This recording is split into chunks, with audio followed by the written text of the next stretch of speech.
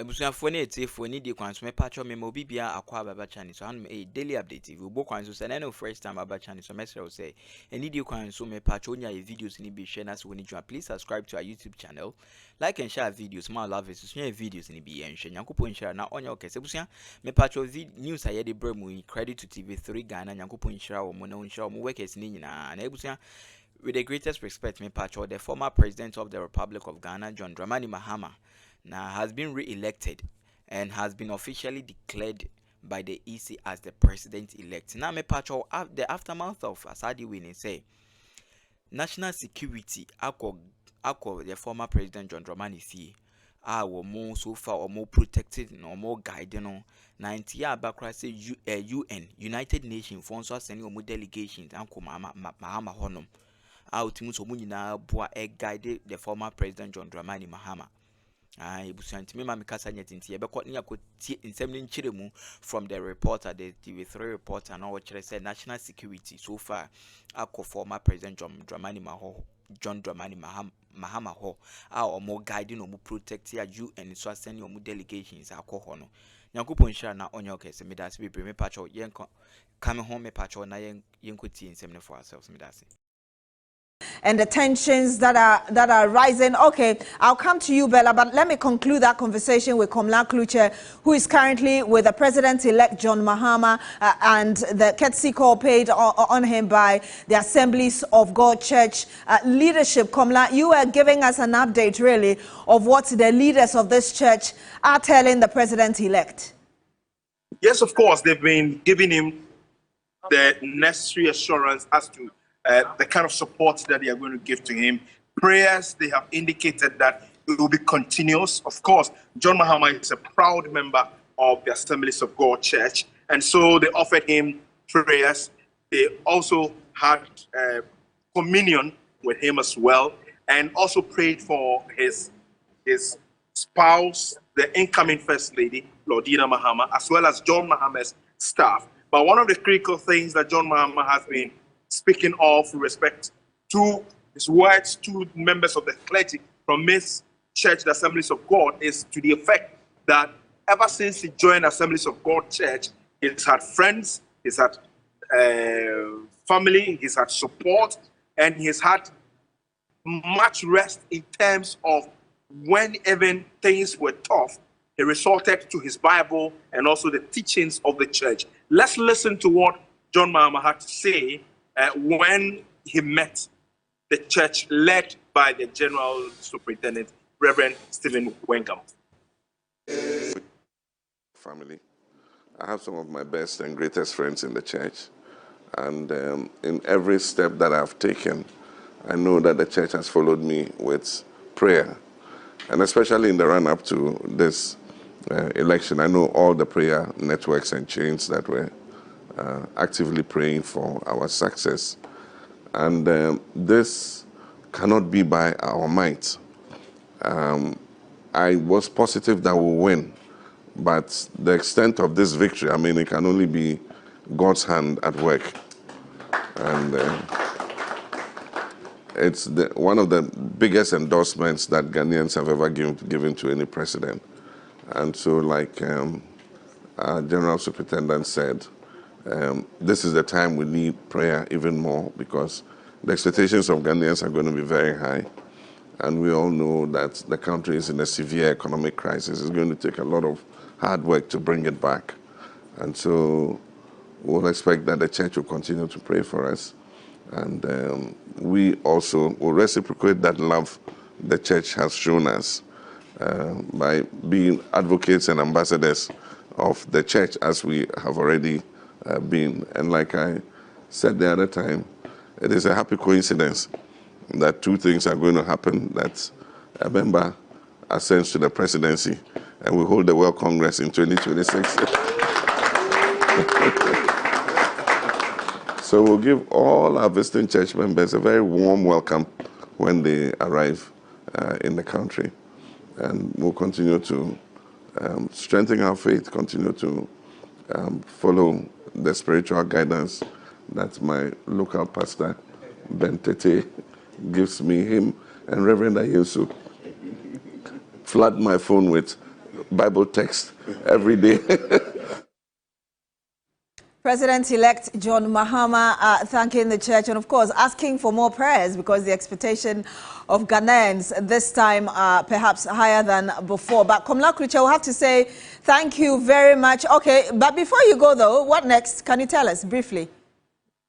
Yes, of course. I must say that things are changing gradually. I can tell you national security has fully taken over the protection of the president, and there's been patrols around him each and every other time. But one other group that paid him a visit was the UN resident coordinator who oversees all the UN agencies in the country.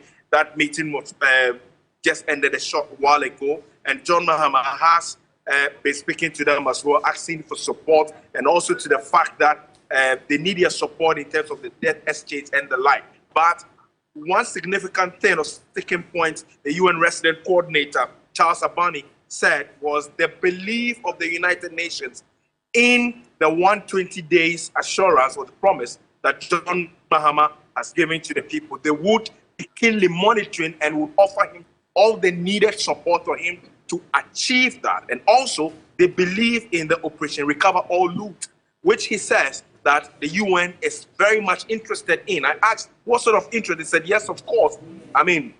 Corruption is one thing that they abhor, and as a UN agency, whatever they will do to support the cause of John Mahama, they will be there every step of the way to support him and his administration. Indeed. Thank you very much. Komla Kluche, who is currently with President-elect John Mahama as he receives Assemblies of God church leaders having a conversation with him. But 197, I believe that's what it is, or 147. I'm pulling it up. But I was just reading to understand what the process is, even for presidential. And it says, it's pretty lengthy. I'll try and skip a few of them. But it says, subject to Regulation 41, immediately after, it's CI 127, pardon me, it's immediately after the returning officer for the parliamentary, this is parliamentary, but I'm reading the presidential, says that parliamentary elections receives the presidential results of the poll for all the polling stations as set in Form 8B of the schedule. The officer shall, in the presence of the candidates, the reps of the candidates of no more than 2 agents appointed by each candidate, assemble and collate the presidential results. Then fill the presidential election results collation form, fill the presidential election results summary sheet, and then it goes on to say request the candidates or counting agents together with the returning officer to sign the presidential election results. Give each candidate or rep or counting agents a completed and signed copy of the presidential election results summary sheet. Then F says publicly announce the presidential election results. Post a signed copy of the presidential election results summary sheet as set out in Form 10 of the schedule at the Constituency Collation Center. Then forward a copy of the presidential election results summary sheet to the district electoral officer of the commission. District receives and then forwards it, and it goes on and on to the regional collation officer before it even goes to the national. Exactly. But in this case, we've seen that for presidential. She has breached the rules. Yes, and I'll just bring Honorable inside, because in this case, she did announce that for all the presidential results from the constituency, just forward straight to national. So clearly, we're circumventing the law, are we not? You see, we told her right from the get-go that that new layer she was introducing, the regional collation center, would not work. It will create further fetters, give you a process that becomes so encumbering and inconvenient, and it adds another layer of delay. She didn't listen to us. So there have been instances in this election where you can tell that the regional collation center was ignored. And I recall that at the time, Dr. Afarijan, the most celebrated electoral commissioner this continent has ever had, and he's a UN resource person all over the world. I mean, and it's surprising that somebody like Afarijan would not be listened to. Afarijan cautioned against the creation of that regional collation center, so that don't create another layer. It becomes a source of rigging, because already everywhere you are collating and declaring, you need to be extra vigilant. There are agents there. It becomes a security risk. So you should be, as much as possible, reducing the centers of controversy and the centers of crisis. She didn't listen. Look, these regional centers must go. It is enough to have the polling station declarations. It is forwarded to the constituency collation center. What used to happen is that at the constituency collation center, when everything has been certified, all party agents have signed, it is transmitted straight to the national strong room. Yeah. It doesn't go through any regional collation center. So that layer ought to be removed. It has been part of the delay, the cause of the delay that we have seen. Then the point must also be made that, you see, the integrity levels of EC officials have been called to question in this election. How is it that pink sheets, which, and if you know how it works, it's a booklet. So you have the filling done at the top, which must then reflect with all the sheets that are beneath. How is it that when that has been done, you have filled it, then you give the party agents copies? These sheets should be the same because it should be a replica.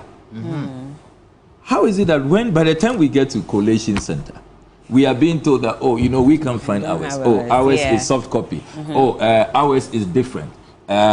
We got a different sheet. Our numbers don't tally with the... I mean, dishonesty. And then you have EC officials at the center of this. Look at what has happened in Damongo. I am still asking questions. Who was that official who is sitting in an office? The only person we see in the video is a police officer. We don't see party agents. It is not an open place, contrary to CI 127. And then he says that we cannot find the presiding officer. Yeah. So I am announcing. I mean, who gave you the authority? Who are you? Where is the presiding officer? And where are the agents? And then he puts out some figures, and then we are all supposed to come along. The Electoral Commission is condoning that. It's silent. I mean, so these are the things that people are seeing. Look, if people had not been vigilant in Tema Central, Ebi Bright would not have been declared winner, because we knew per our internal collation that we had won. Then suddenly they arrive at the collation center. The MPP folks say that they have some different pink sheets, so they are winning. But for the vigilance of our people, that seat will have gone. Same for Dom Kwabenya. We all knew the media had called it for the Honorable Akurugu. Then suddenly we are told that there are some strange pink sheets that appear from nowhere, which show that Michael Kwe is winning. If our people had not been vigilant. So that is why I say that those who are criticizing NDC supporters, why, you should be asking yourself, why is it that you don't find a lot of MPP supporters at these places? Because they know they have lost. They know the truth. But it is the people at the top, some of these candidates, who are engaged in behind the scenes shenanigans. They think they can compromise, corrupt EC officials, and get them to overturn the true will, the verdict of the people. Look, this tsunami that has happened, this green wave, it is so widespread, it's so massive. The NDC has won, and this has never happened in the history of our country. No political party has achieved what the NDC and John Mahama have achieved in this election. 13 out of the 16 regions. I have the Form 12s here. Of all the 16 regions, Bono East, Mahmoud Bawumia 124,811. You have John Mahama 216,691. You have the Form 12 for the Bono region, whilst the MPP has 192,000. John Mahama has over 235,000. You have that of Central region, one of the famous swing regions. Mahmoud Bawumia hovering around 382,000. John Mahama has in excess of 562,000. Central region. Central region, you lost this last election. Yes, and the last election, yes. We won the parliamentary but lost the presidential. Look at the gap. Look at the gap. Over 200,000 in the central region, swing region. You take northern region. Mahmoud Bawumia 370,928. John Dramani Mahama 529,456. This is what the northern region. Northern region. It's a tsunami. This is a massacre. It's a decimation. You take Greater Accra region. I mean, staggering numbers. Mahmoud Bawumia 681,535. You have John Dramani Mahama 1,260,832. You know, struggling to get half of what they got the previous election. Yeah, and what John Mahama is having now.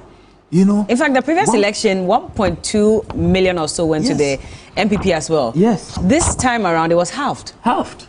You know, so and this is Greater Accra. Yeah. So what are you doing at Ablekumanov? What's all that, you know, contestation, that statement that, you know, contrived, you know, we have won, that fake confusion they are trying to create? What's all that about? Look at the margins. It's a total decimation.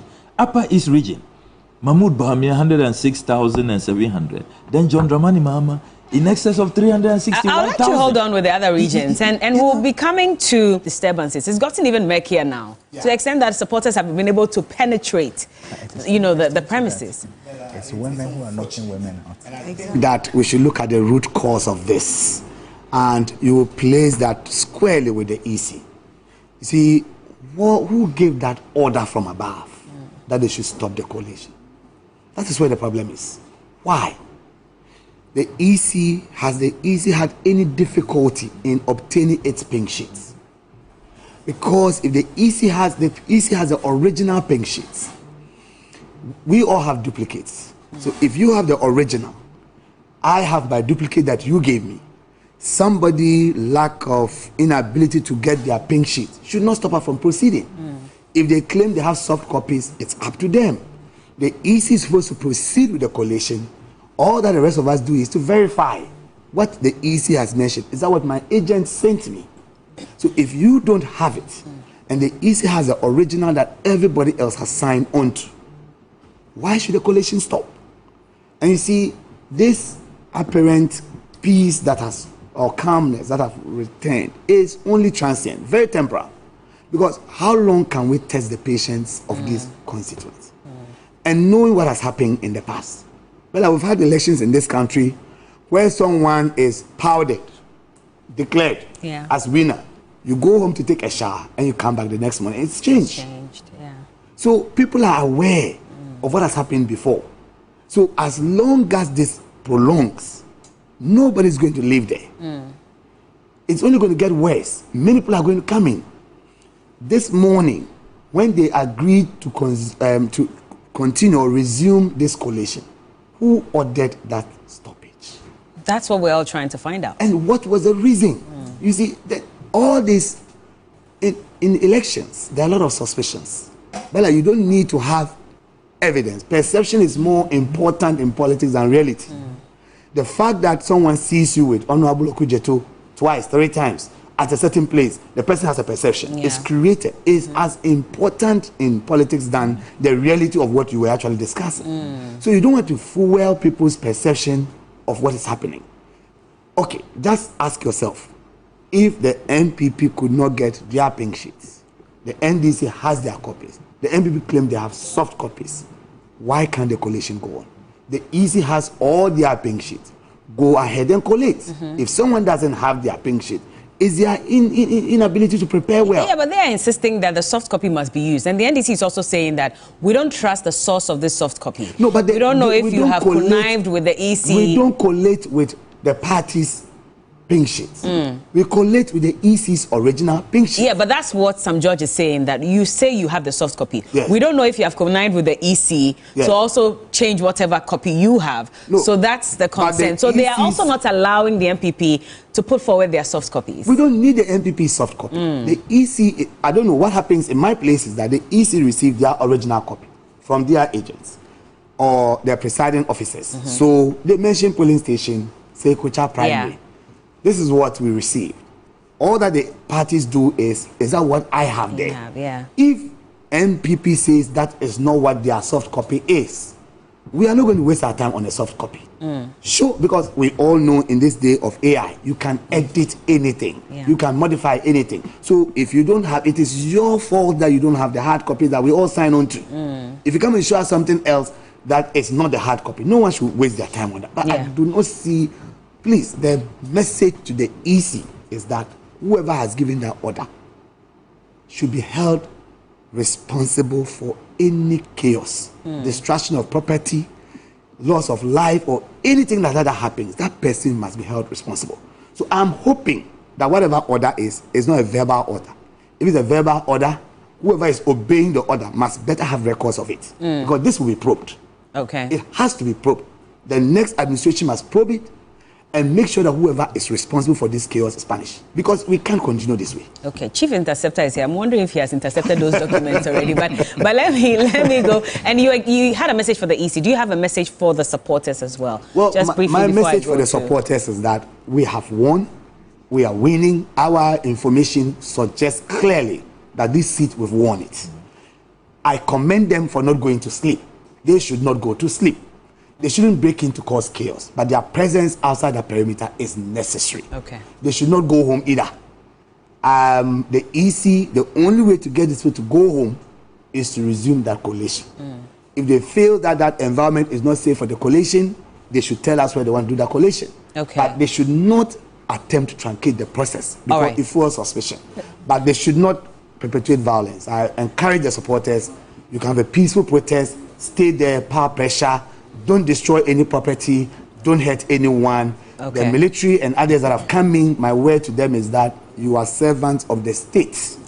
Don't take sides. This issue about the military, Mr. Kumada, I was coming to you with that, because at what point should the military come in? Really? Don't they rather escalate the issue and, you know... When you consider the sub-region for the purposes of geopolitics, he is a master of it. Elections and election-related outcomes has become a national security risk.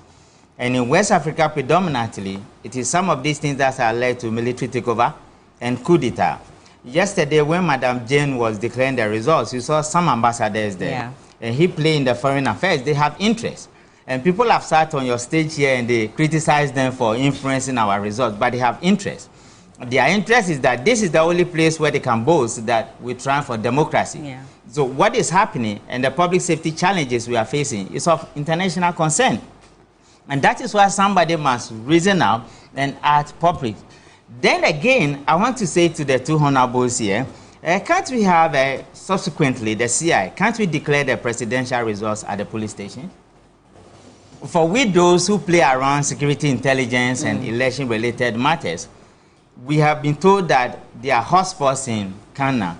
All the Blakumans have been hotspots for all these years. Yeah. All the Kankways have been hotspots for these years. In a hotspot, the election activities and maneuverings are different from all other constituencies because constituencies are unique. With the issue of the military, elections are national events and they have public safety issues, they have national interests, and they have national sovereignty. We are only looking at it from one other side. It could also be a ploy for some other people to take us on when it comes to our national sovereignty and national security. And that is why you can understand why a number of military officers could be there. And so let's stretch the argument a little bit. Now there has been president-elect, but you have not been sworn in yet, and you have won. If somebody decides not to hand over the power to you because the country has been dragged into chaos, then you have no legitimacy. So it is a hard burden on the NDC to behave themselves and to do things in a manner that ensures that there will be a transfer of power. Yeah. Other than that, there could be a pretext that military has taken over or the country is in chaos and the UN will just appear here and they will say that they will not hand over power to you. And I'm sending this warning to them because you have won, so you have a huge responsibility to make sure that you play by the rules. Yeah. But what is happening here is that the unique purpose of the CI that governs elections in this country has been circumvented. Some of the processes have been contravened, and that is fraud. And that's the thing, because I'm just looking at the CI. Ebusuame pacho me da obi bia se wenyam re no abenya ye audios na se video ni bi nso wa hwe yankopon hire obi bia no onye obi bia kese eni die kwan so menje wo mrekwa ye de nkomo no ebesi afa comment comment section na ye beje na yakenkan me das Nyankopon onhira na onya okese